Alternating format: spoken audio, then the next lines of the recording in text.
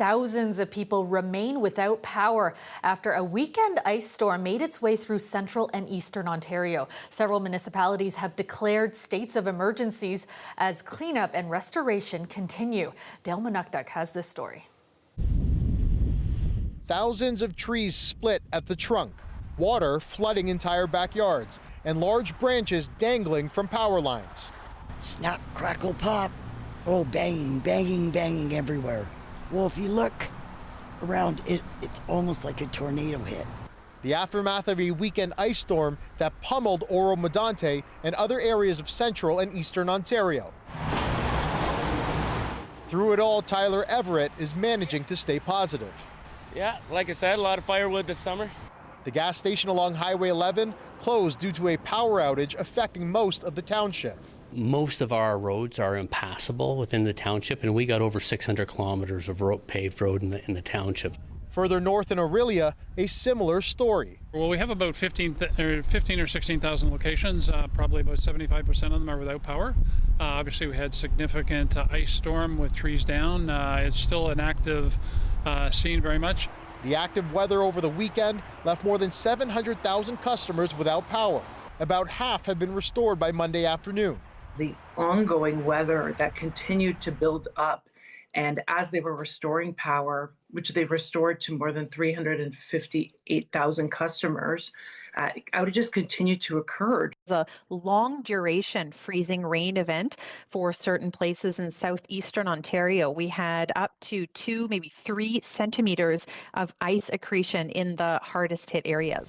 East of the GTA in Peterborough, Andrew Boughton will have to remove the large tree that split in half and fell down on his home and car. I was upstairs, my wife was downstairs. You heard it. It shook the house when it hit the house and slid off the roof. I knew it was sitting on the car before I even walked outside. The province has been in contact with municipalities, and towns around impacted areas have pitched in resources. Officials say it could take a few more days to clean up and restore power for the remaining customers. You stay out of our way while we get things cleaned up. It'll allow us to stay out of your way as you continue with your life. Back at the Everett household, the kids are making the most of a day off school, building a teepee with the broken branches. Dale Manukduk, CBC News, Oro-Medonte.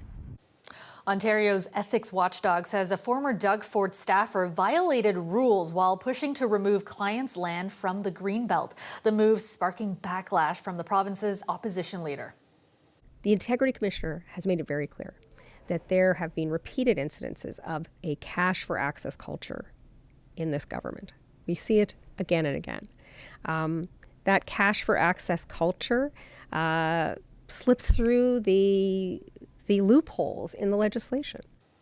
Ontario's Integrity Commissioner J. David Wake found Nico Fidani-Dyker repeatedly contravened provincial law, including by failing to register after lobbying to get land removed from the Greenbelt and knowingly placing 2 public office holders in a conflict of interest when he offered them tickets to a Toronto Maple Leafs game. Fidani-Dyker used to be Ford's executive assistant before leaving government to start a lobbying firm. He said in a statement that he never intended to break lobbying rules, but won't face any sanctions and can continue to lobby. An Ontario government watchdog says the province's youth mental health program is struggling, with wait times for intensive treatment growing, now taking more than 3 months. Our provincial affairs reporter Sean Jeffords has more. A key Ontario watchdog says the province's youth mental health system isn't delivering. That's the focus of a new special report from the province's Auditor General. She took a deep dive into how the Ford government works with community agencies to provide counseling, therapy, and intensive treatment to children and youth under 18. And her findings have the government saying some parts of its system are unacceptable. These services were not always provided in an evidence-based, timely, equitable, and coordinated manner. Spence says more than half of the province's service areas offer inadequate support for children. Just 13 provide live-in treatment. And delays in receiving care have grown. The average wait time for intensive treatment across the province was 105 days in 2023-24, up from 94 days the year before. Ontario spends $530 million a year funding the agencies that provide that care. And the auditor found ministry tracking of the funding is poor. and its data collection on the outcomes spotty. The funding formula is decades old. So if you really want to get value for money, you need to understand where to spend the money. And to understand where to spend the money is by collecting the data. A government spokesperson says delays in accessing youth mental health services are unacceptable. Minister Jones has directed the Ministry of Health to use whatever means necessary to make the changes required to improve access to services as quickly as possible. Ontario's official opposition leader says the report makes it clear youth mental health services aren't receiving enough attention from government or funding. We are deeply failing children and youth in this province. And what I think the government should be looking at is this report and saying, okay, this is the blueprint. This lays out what we need to do to address the situation. This leader in the sector says agencies are trying to address wait lists, but they need help. Do we need to think differently on how to reduce our wait lists? Absolutely. Do we need to think about resourcing this sector in a way that will support the number of clinicians that we need to meet the demand? Absolutely. The auditor's report makes 22 recommendations aimed at improving the youth mental health system. The government says it accepts all of them, but it's not immediately clear what it plans to do to solve the problems. Sean Jeffords, CBC News, Toronto. Turning now to the federal election, and Liberal leader Mark Carney is facing backlash over his decision to keep Paul Chiang as the candidate in the battleground GTA riding of Markham-Unionville. Chiang made a controversial comment earlier this year, suggesting that his Conservative opponent be turned over to the Chinese consulate for a bounty. As Ashley Burke reports, calls are growing for Carney to reverse course. Mark Carney starting week 2 of his campaign defending one of his candidates, but not what he said. I view this as a teachable moment. The Liberal leader deciding to keep Paul Chiang on as a candidate in the Toronto area, despite mounting calls to drop him. This after a report Chiang told Chinese language media in January that a Conservative rival, Zhou Tai, should be turned over to the Chinese consulate for a financial reward. Chiang apologized online, saying as a former longtime police officer, he should have known better. This is a terrible lapse of judgment by Mr. Chiang. He's made his apology. He made it to the public. He made it to the individual concerned, made it directly to me, and he's going to continue with his candidacy. Thank you. It is a teachable moment. It teaches us that Mark Carney will never stand up for Canada. The Conservatives say Tay is rattled, afraid for his life, and doesn't accept Chiang's apology. Hong Kong put in an arrest warrant and bounty for Tay last year worth $1 million Hong Kong dollars. Warrants like these are viewed as a way for China's government to silence vocal critics abroad. The Chinese government wants to literally kill Zhou Tai because he's a political dissident. And this candidate said that that should happen. Mark Carney keeps that candidate on his roster. The NDP says Carney's move sends a stark message. Ultimately saying that for the folks out there that are worried and afraid, the folks that are living with that constant fear, you know what? You're less important to me, and what's more important to me is my party. It's absolutely disappointing and appalling. Gloria Fung says as an outspoken commentator and activist, she's received anonymous calls threatening her safety and a warning a state-level hacker was after her. If Carney doesn't drop Chiang, she says it could hurt him at the polls. A lot of diaspora community members who are direct victims of transnational repression and foreign interference will be very disappointed, and they will reflect their feeling in the coming 2025 election. Gloria Fung and more than 40 organizations are now calling on Carney to change his mind. Ashley Burke, CBC News, Ottawa. Conservative leader Pierre Poilievre is promising to create a national energy corridor. He says it will expedite approvals for large-scale projects to help ship Canadian resources across the Atlantic to Europe. With Donald Trump threatening our country with tariffs, we need big projects that link our regions east to west. We need to be able to get our resources across Canada, bypassing America, so we can trade more with each other and sell our resources to the world.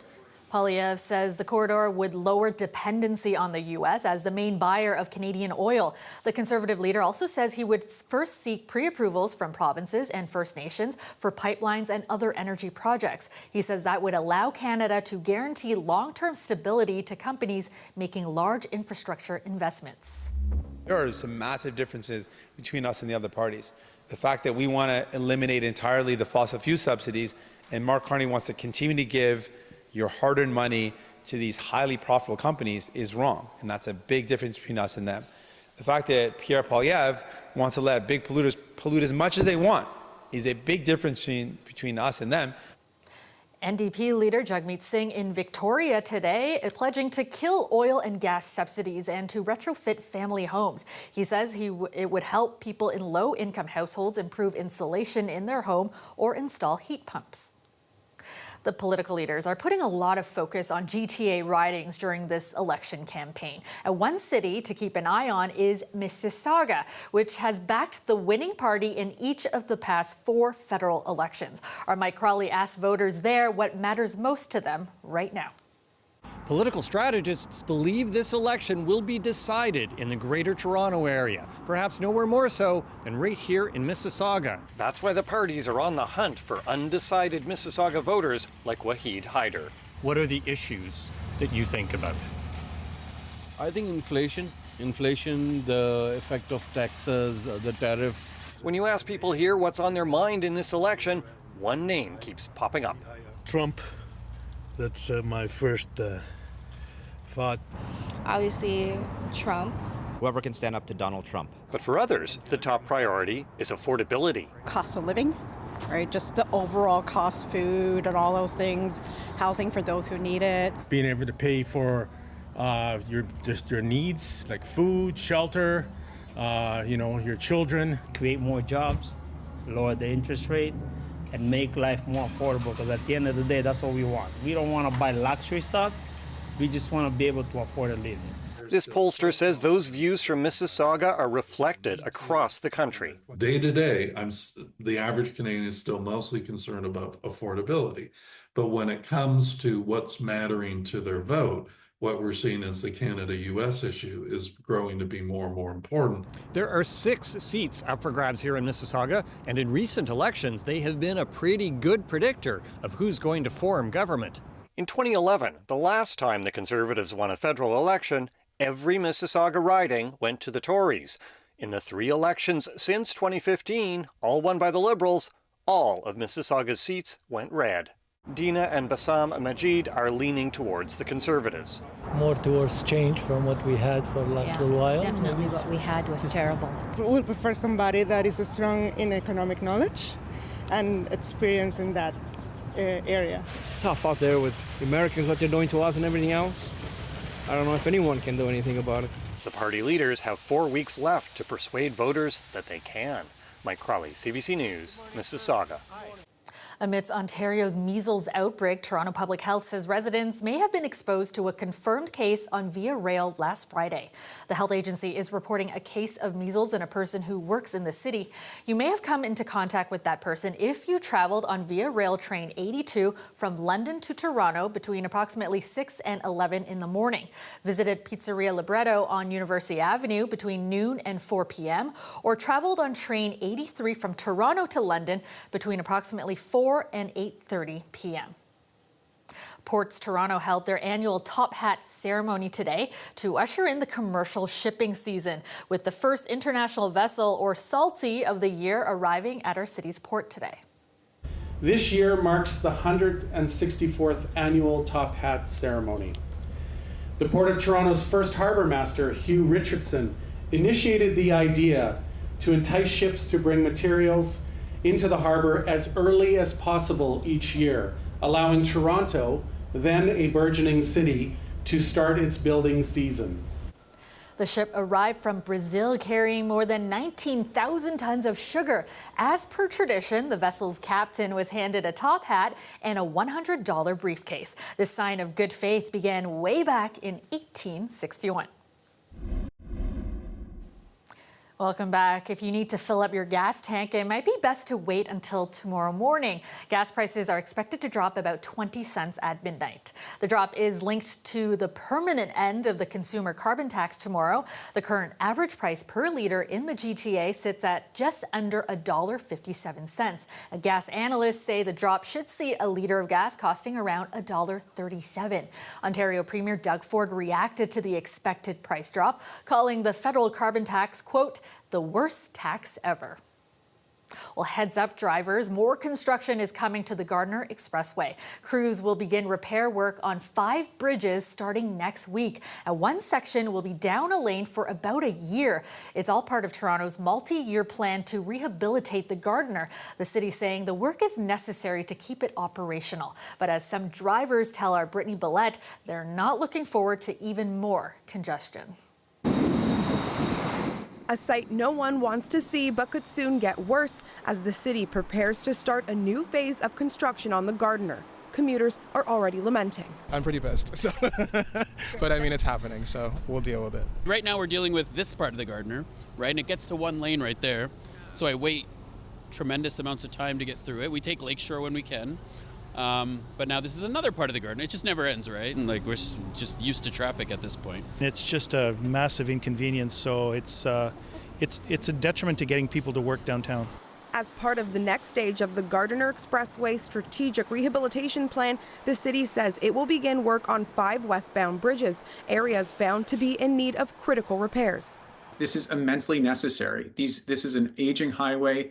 It's had maintenance issues in the past with concrete falling off the side of some parts of it. So there are real safety concerns if we don't get a handle on this. Lane reductions and ramp closures will be in place at several spots beginning Monday as repair work begins. These include the Park Lawn Road overpass, the Mimico Creek overpass, westbound on-ramp from Park Lawn Road over Mimico Creek, Kipling Avenue over the Gardiner, and Islington Avenue over the Gardiner. Westbound over Park Lawn Road and Grand Avenue will be down one lane for about a year. The city says it's trying to minimize traffic impacts by using a phased approach and acceleration measures, which will allow crews to work 24/7 to meet deadlines.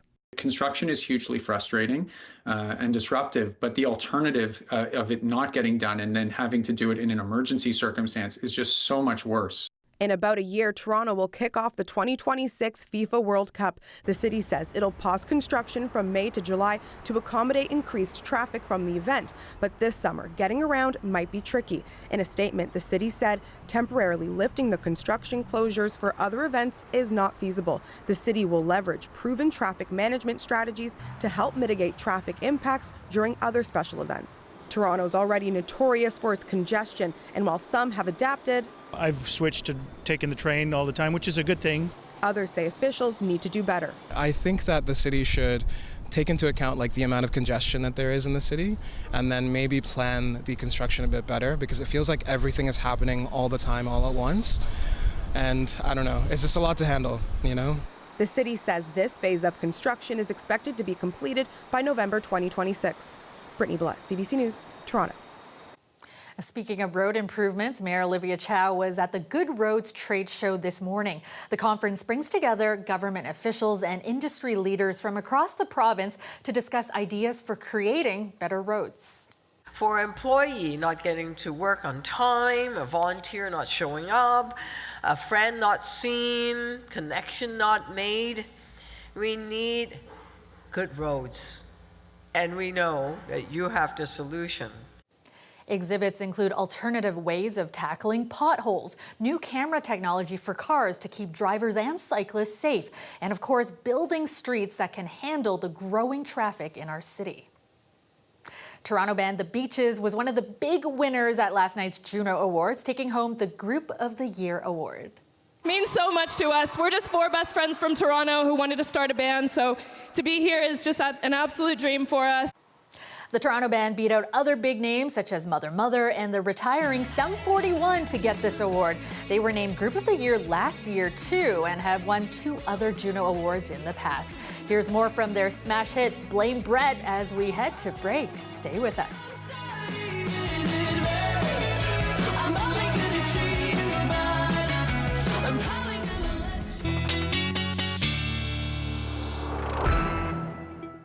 Colette joins us now with a check on the forecast. And Colette, lots of residents still reeling from that ice storm. Yes, Kelda, has been quite the eventful weekend. And, you know, we're trying to get away from one storm, and I have to start talking about another that's going to be coming in this week. So I'm going to take you through everything going on. We're starting off with what's going on with the jet stream, with those upper winds. And still, we had some of these gusty winds through today, and those evening hours along that kind of trough here behind this cold front moving through, and our ice storm off towards Atlantic Canada now. But what we're going to see is with that trough, yet another system coming in. We get a breather, though, through the day tomorrow and some sunshine, which will be welcome, I know, although temperatures cool. Not great for those still without power, obviously. Special weather statement. This doesn't have to do, we did have one for the winds because there are so many areas where tree limbs are still vulnerable and power lines. This is about what's coming as we get towards midweek into Wednesday. In some cases, like for the city of the GTA, it's about some heavier rains, but further north, it is because of a return to that risk for some freezing rain, although it should be much shorter lived, just a couple of hours and then kind of moving on through. Still, so many areas are still so vulnerable. Daytime highs today, yes, it was mild. That's before the cold front went through and those temperatures were falling. We dropped pretty quickly in Toronto with those readings. The winds were gusting up towards 40 kilometers an hour. It doesn't take much when you've already got, tree branches kind of hanging in the trees that haven't dropped yet. So still some concerns through there. Those winds will continue to drop off. And then here comes this next system. We get the sunshine for Tuesday. This is our breather day. And then it's as we go Tuesday night into early Wednesday. By midday Wednesday, not only some rain, but some heavier rain possible with some embedded thunderstorms. The pink area, that risk for ice pellets and freezing rain pushing through some of the areas, hit so hard. But again, it kind of moves through quickly. It will be a wet day, certainly into the GTA, and it kind of carries on for at least a portion of Wednesday night into early Thursday, and then we'll see things kind of clearing back out again. Tonight, -2, still enough of a wind flow that it's going to feel more like -6 to -8 early tomorrow morning, but then with that sun up to 4 degrees. Yes, about 5 degrees below seasonal for this time of year. Here we go with the active weather Wednesday. Thursday, though, 16. I know I'm showing showers, but it will clear out, and then it becomes a pretty nice day, and we get to enjoy that as well into Friday. Sounds good. Thanks so much, Colette. And that's our show for you tonight. Thanks for joining us. Have a great night.